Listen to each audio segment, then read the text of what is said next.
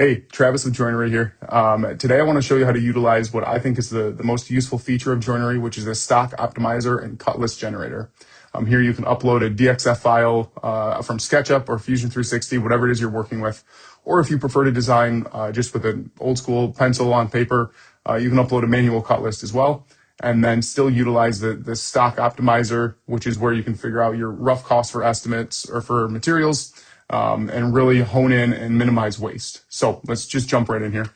I'm going to show you. So here's the design I'm working with. This is the table. I actually just finished this one, but I'm going to show you how this works. So here we are in SketchUp. It's a very basic table, nothing too crazy about it.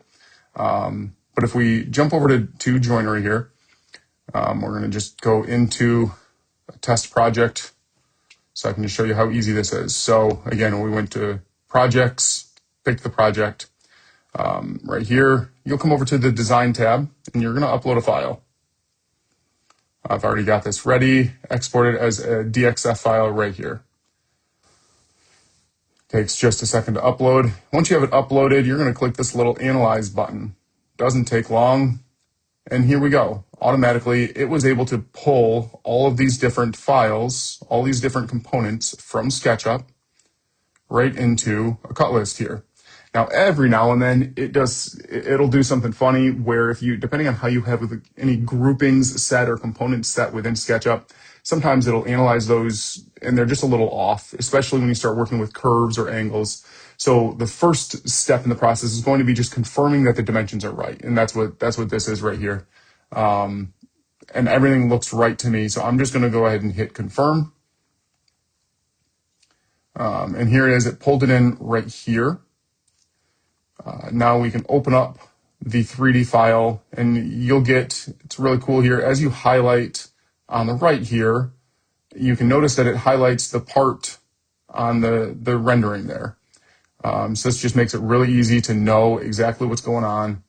It also color codes it. So you'll notice these two end pieces here, the side pieces of the table, both have the notch cut out. So it was able to detect that, hey, these are the same pieces. So we're going to group those together in the same color. I'll just reset that view. I personally like to make sure every piece is named so that it makes it easy to know exactly what it is. If you have, I believe in SketchUp, I just named these leg. Joinery will, anytime there's a duplicate name, it will give it a numerical value as well so that you can easily see what's going on. And you'll see why that's important here in just a second. But again, I'm just taking a quick look over what the dimensions are, making sure everything's lined up. Now, one quick thing, if, let's say, for example, you want to work with a sheet good, and it detects that it's hardwood, you can just come in and edit the material type to fit whatever plywood you need. That way, when we go down to optimize it, it knows to work with a sheet good instead of hardwood. But I'm just going to leave it hardwood because that's what I'm working with here. Now we're going to come down here.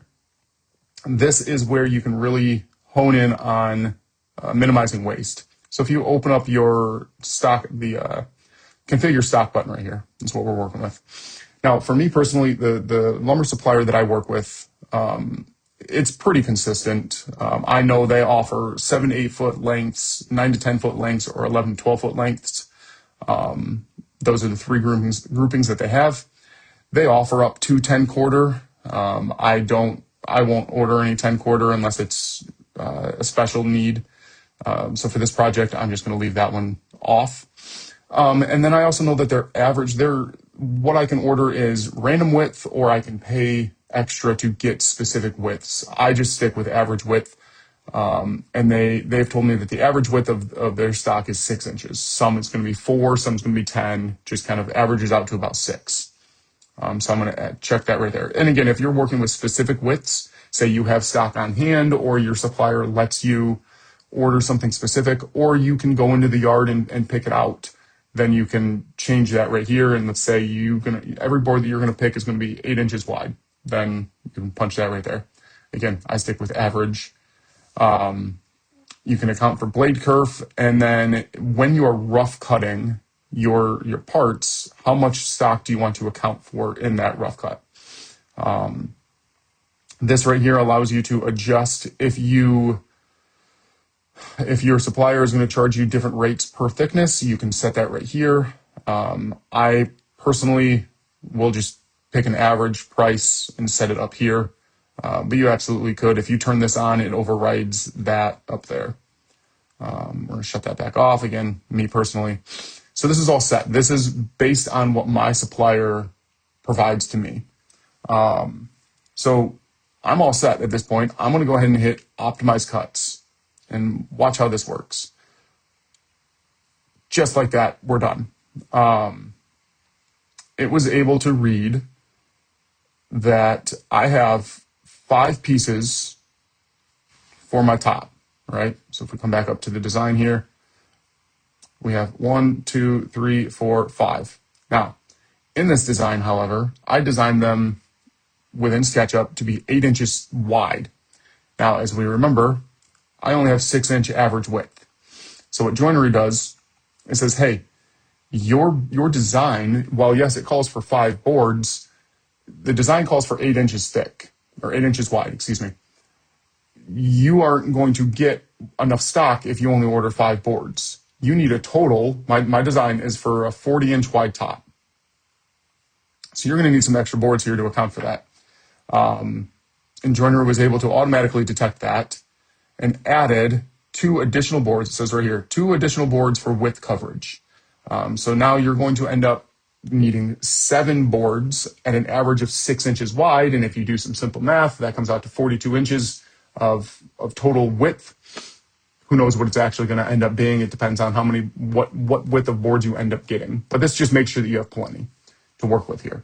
And it breaks it down for you and gives you exact waste and what to work with. And this just kind of helps you think forward. Hey, you might use this offcut for a different project, or it's just never hurts to have a little bit extra. But the point of this is to minimize waste.